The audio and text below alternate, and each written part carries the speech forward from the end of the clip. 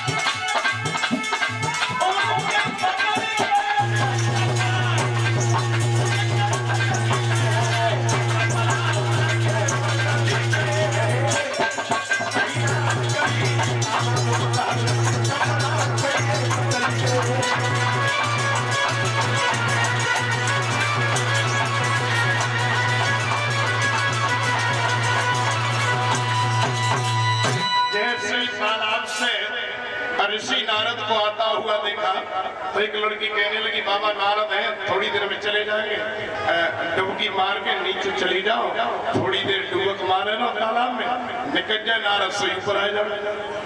एक ने कही पागल है, कहीं नारद बड़े अकेले हैं, वो क्यों ठाड़े है कि नहीं पीड़ा बजाए ले करे तो डूबे डूबे मच जाएंगे भीतर। खाते ऐसा करो, निकल लो। बाहर निकली और राजा की बेटी ने ब्राह्मण की बेटी के कपड़ा पहन ले और गुरुजी की बेटी ने राजा की बेटी के कपड़ा पहन। राजा की बेटी को मन में अभिमान घमंड, उनने कही ओरी अभागी, तेरे पिता की मेरे पिता के सामने औकात क्या है, तूने मेरे कपड़ा कैसे पहने। और जाई बात कर रा रहती भाई, एक दूसरे को मारती नहीं, धक्का मारती नहीं। राजा की बेटी तंदुरुस्त रहे और गुरुजी की बेटी थोड़ी कमजोर रहे, पतली और सोई। महाराज सर्विष्ठा ने धक्का मार करके देवयानी को कुआं में डाल दिया और वो निकल करके बाहर आ गई, अपने घर चली गई, लेकिन घर में किसी को नहीं बताया।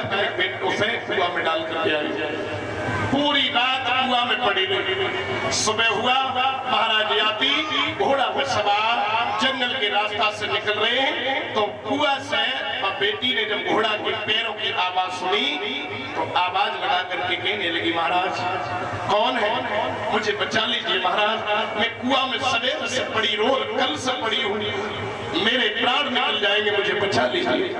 घोड़ा रोक लिया और घोड़ा रोकने के बाद महाराज ने जैसे कुआं में देखो तो कुआं में जैसे ही नजर करी तो एक जवान लड़की पड़ी है। कहने लगी, कौन डाल करके चला गया तुम्हें। कहने लगी, महाराज मेरी सखी राजा बृहस्पति की बेटी सर्विष्ठा मुझे धक्का मार करके डाल के चली गई। महाराज याती कहने लगे, ऐसे लड़कियों के साथ में खेलती क्यों हो, जो तुम्हारा सम्मान ना समझे, आपस में लड़े, ऐसों के सामने खेलना नहीं चाहिए। कहने लगे, महाराज आज बचा लीजिए, अब नहीं खेलूंगी। अपना पीताम्बर डाल करके महाराज जब निकालते, जब उन्होंने निकाला तो पीताम्बर छूटने वाला है, दोबारा से फिर गिरने वाले हैं। सोई महाराज ने कलाई लड़के ऊपर से ही उस बेटी को खींच लिया और सोई देवयानी ने राजा के दो पैर पकड़ ले, महाराज आपने मेरी कलाई पकड़ी है, आप आज से मेरे पति हो, मेरे साथ विवाह करो। कहने लगे, पागल हो गई है, जान ना पहचान, मैं तेरा मेहमान कैसे बन गया।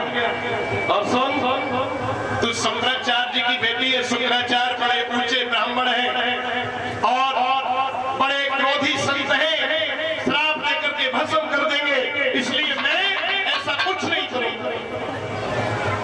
तो ना हाथ जोड़ करके कहने लगी, महाराज मेरी बड़ी मजबूरी है। मजबूरी क्या है, मजबूरी ये है कि पिछले समय की बात है, मुझे श्राप लगा हुआ है कि मेरे साथ कोई ब्राह्मण शादी नहीं करेगा। क्यों नहीं करेगा, श्राप ये है कि मेरे घर पर पिताजी के यहाँ कच्छ जो बृहस्पति का बेटा है, संजीवनी विद्या सीखने के लिए आया। संजीवनी विद्या सीखने के बाद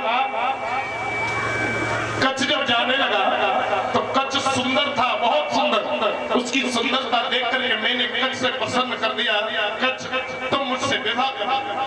तो कच्छ ने हाथ जोड़ करके कहा था, तुम मेरी गुरु की बेटी हो, मेरी बहन के समान हो और बहन से भैया कोई शादी नहीं करूंगा, इसलिए मैं तुमसे शादी नहीं करूंगा। तो देवयानी कहने लगी, महाराज मैंने उससे कहा कि तुम शादी नहीं करोगे तो मैं तुम्हें श्राप देकर के पूरी विद्या को नष्ट कर दूंगा। कहने लगे, महाराज उस समय उस कच्छ ने मुझसे कहा था कि चाहे मेरी जान चली जाए लेकिन मैं विवाह तुमसे नहीं करूंगा। तो उस समय मैंने उस कच्छ को श्राप दिया था कि तू जो विद्या सीखने के लिए आया था वो पूरी विद्या भूल जाएगा। तो कच्छ ने जाते जाते मुझे श्राप दिया था, महाराज मैं भी तुझे श्राप देता हूं कि तेरी शादी किसी ब्राह्मण कुमार के लिए नहीं होगी।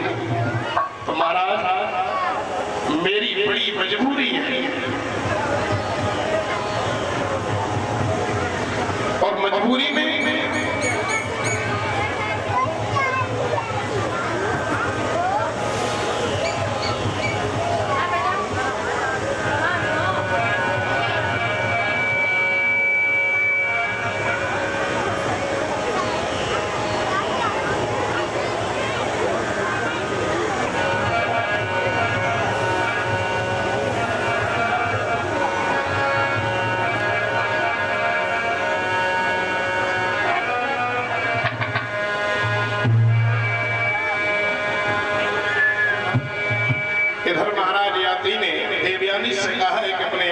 से कहकर के मेरे यहाँ निमंत्रण भिजवाते कि मुझे भिजवाना और सब लोग मिलकर के